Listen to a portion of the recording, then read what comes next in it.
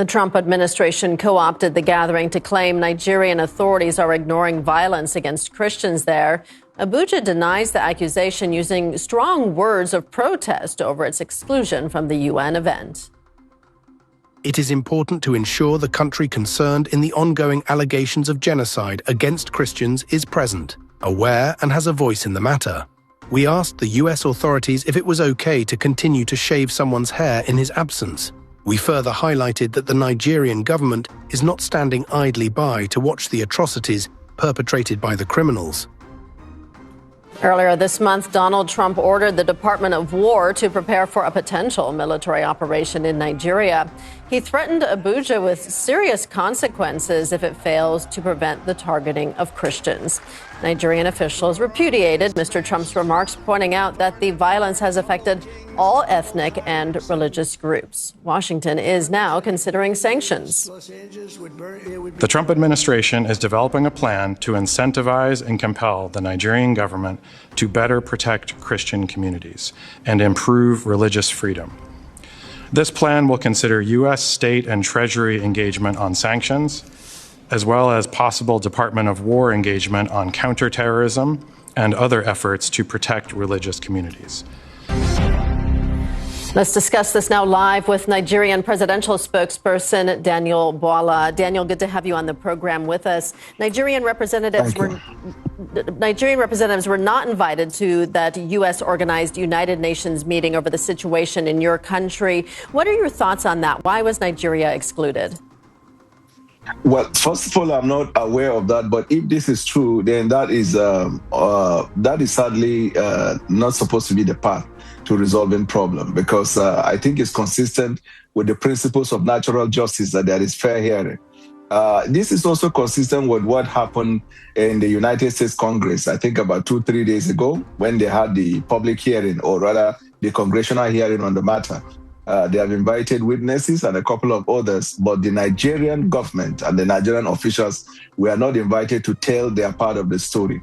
And so, though it is uncomfortable for us, but we welcome the idea that the U.S. has since moved away from the threat of military invasion to talking about collaboration, because as a government we have demonstrated sufficiently our intention, our resolve in dealing with terrorism, and also our welcoming of partnership, as it were, that would deepen collaboration in this regard. Yesterday, the National Security Advisor of Nigeria had a meeting with the Secretary Pet Hexed, which is Secretary of War, and we believe that in the coming days, some of those details are going to come out. But we have made progress since the last time when the threat was issued.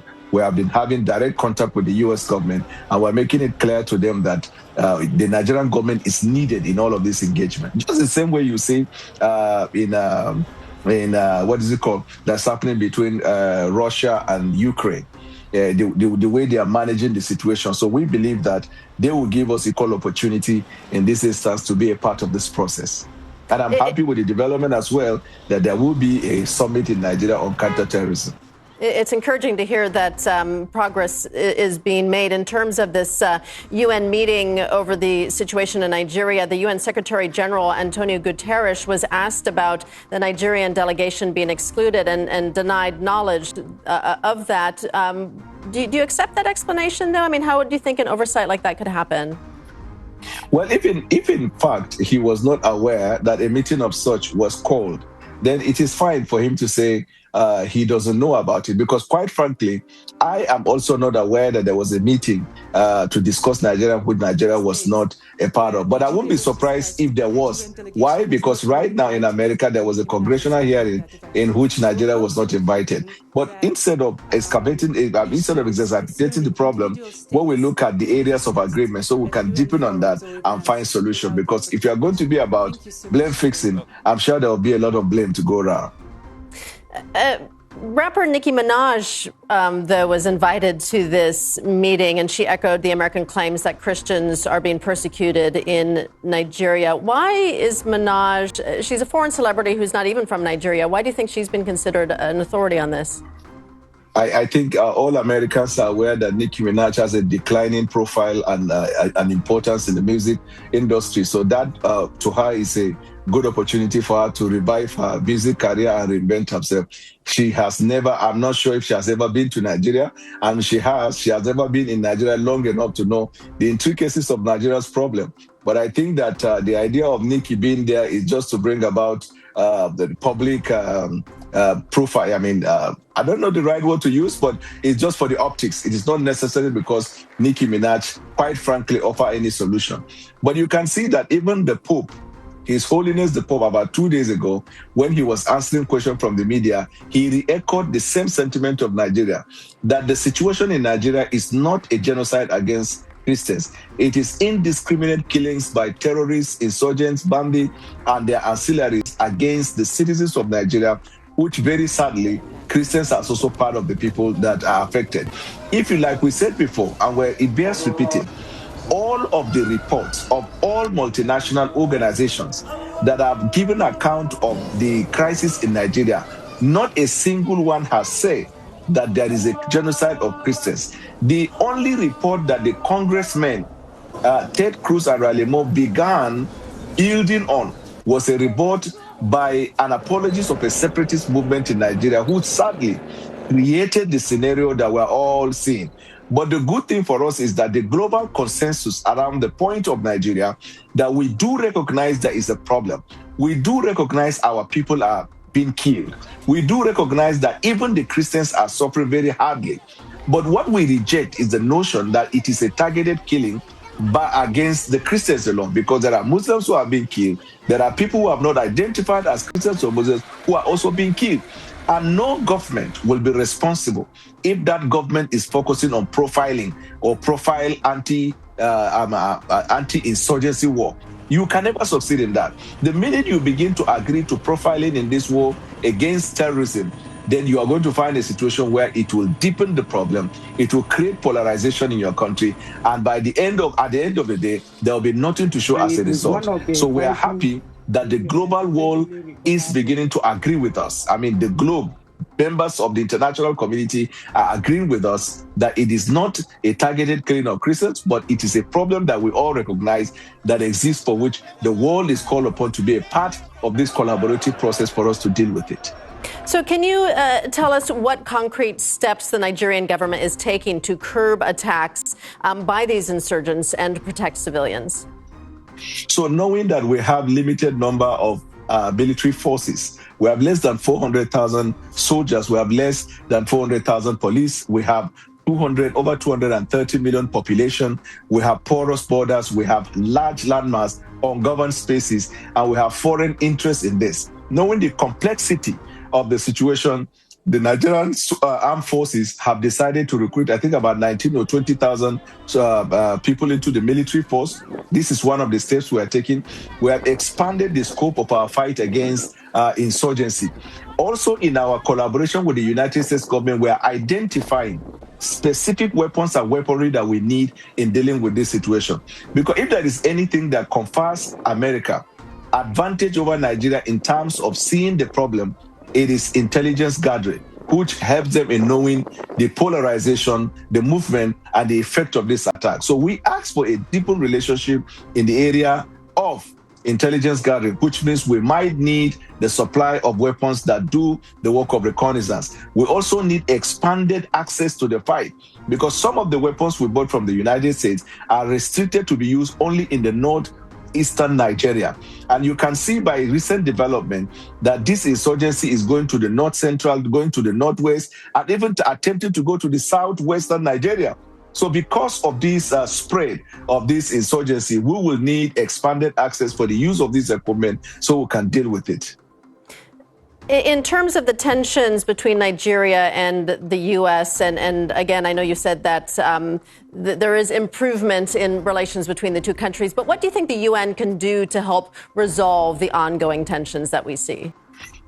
I think that the voice of the United Nations will also be helpful, especially because America is part of the UN. In fact, it is from UN that America drew the legitimacy to lead in this global fight against terrorism. What people don't realize is that unlike other cases of crime, when it comes to terrorism, it doesn't belong to one country. The fight against terrorism is a global concern. There is a global consensus that fight against terrorism is a fight that affects everyone. And that means the entire members of the United Nations are required to be a part of this process in dealing, because gradually Africa is beginning to be the haven for these terrorism activities. And therefore, I believe that the United Nations will have a lot to play in terms of bridging the gap that exists between Nigeria and the United States on some of the details of the specifics where we disagree, so that we can have once and for all a global consensus on one target, a global consensus on one approach, or global consensus on how to go about it. So we welcome the idea that United Nations is interested and is already begun the process of taking her place in this endeavor. Donald Trump is threatening to impose sanctions and even deploy troops in Nigeria if Abuja cannot stop the killing of Christians by themselves. And thank you for clarifying that these extremists are not targeting just Christians. But what is your response to that threat by Trump? You can see that the threat has what we call, in law, what we call an exception, right? Or a condition precedent, that if Nigeria doesn't do that, Nigeria is going to do it. Nigeria is willing to do it. Nigeria requires additional weapons, expanded cooperation in order to do it. So when the threat started, it was all about military invasion. But because they can see demonstrably the effort of Nigeria in that, we are now coming to the point of collaboration. Collaboration will mean that there will be no need for the American forces on our soil, but there will be assistance from the American government on those things that we need in order to deal with that. The reason America is successful in her anti-terrorism war is because of the assets that they have. And Nigerian soldiers have the requisite training. If you give us the asset, then we can have this result within a short period of time. So I'm happy to tell you that I do not think with the progress we're making, it will come to that point where sanction will be given. However, if America has a cogent and compelling case against any citizens of Nigeria to give sanction to them, Nigeria will be open to those possibilities if the possibilities are not politically motivated, but they are purely based on this fight against terrorism. Why do you think Trump is so focused on the killing of Christians in particular in Nigeria, when in fact it's other communities as well that are suffering from violence? That is because of how the information got to him. It began, first of all, with a report from a group and an organization called Inter-Society for Civil Liberties and Human Rights. That report in itself inherently has a problem because the report projects the aspiration of a separatist movement, but that's how it began. Then that report was assimilated by some members of the US Congress, like Senator Ted Cruz, Riley Moore, Congressman Riley Moore, and others. When those ones started pushing this agenda or pushing this narrative, before you know, it got to the ears of President Trump and he took action on the basis of that. One good thing about dialogue is that it affords the opportunity for us to find out the details, even for us to substantiate or debunk the claim made in the first place. And I believe that we're coming very close to it, but that is how it began. And I'm happy that President Trump has demonstrated that he really wants to help us. We're interested in the help. But in the course of this, we are sure that some of these falsehood and fake news surrounding this situation are going to die down as we continue this deepening collaboration. Nigeria, of course, is not the only country that Trump is threatening to put boots on the ground in. He's also attacking Venezuela with claims it's harboring drug cartels. I know Venezuela and Nigeria are far apart geographically, but do you think that these two countries are being singled out by the U.S. for other reasons, underlying political reasons? There are lots of theories, actually. There are theories surrounding this. And some of the theories are worthy of consideration. There are theories around, okay, because there are similarities between Nigeria and Venezuela in that both of them have oil. There are also similarities in the fact that, okay, Venezuela's policy sometimes is inconsistent with the U.S. policy. Nigerian identification with the BRICS might also irk the United States of America. There are also other theories that Nigeria's participation in the UN and taking a position against inhumane treatment in Gaza might be a factor. There are lots of theories on the ground. But we as a country, we are looking at the solution. And let me tell you something that is very vital. And that's the way we Nigerians view the messaging coming out of the US and out of Donald Trump. We look at it from we tend to leave out the rhetorics and look at the solution. An example to collaborate our point is, you remember in the event leading to the elections in New York, Donald Trump has taken a very hard stance against Mandami. In fact, at the point he threatened that if Mandami wins, that he was not going to withdraw the U.S. federal aid to New York. And the rhetoric was so heavy. Mandami, on the other hand, was also saying all sorts of things. But yesterday they met at the White House. The resultant effect was a different thing. He was friendly with Mandami, and when he was asked if he could help Mandami, he said more than anything else, he was going to help Mandami. So sometimes, if you look at the rhetoric, you might misread the intention of Donald Trump. But if you look at the substance of the case, at the end of the day, when you have a sit-down, that will certainly going to be an understanding that will bring out a better outcome. This is the perspective and the approach that the Nigerian government is giving to the whole brouhaha. That's an excellent point there. One last question for you. What message would you like to send to your fellow Nigerians who may be watching, and possibly to policymakers in Washington and at the UN? I will continue to appeal to the Nigerian people, especially those ones who are losing their loved ones because of intense insecurity in Nigeria. I will appeal to them to be patient with government. Let's cooperate with government. Let's join government in this fight. When it comes to terrorism, it's not a fight against one. It's a fight against all, and we have to all come together in order to fight that. I also want to tell them to be patient. Nigerian government is making the process that is required. We are bringing out sweeping reforms. We have rejigged the security forces. We have expanded our access and purchases of military equipment. We are deepening our ties with the United States government and all other partners that will be of help. And certainly, the spirit of the Nigerian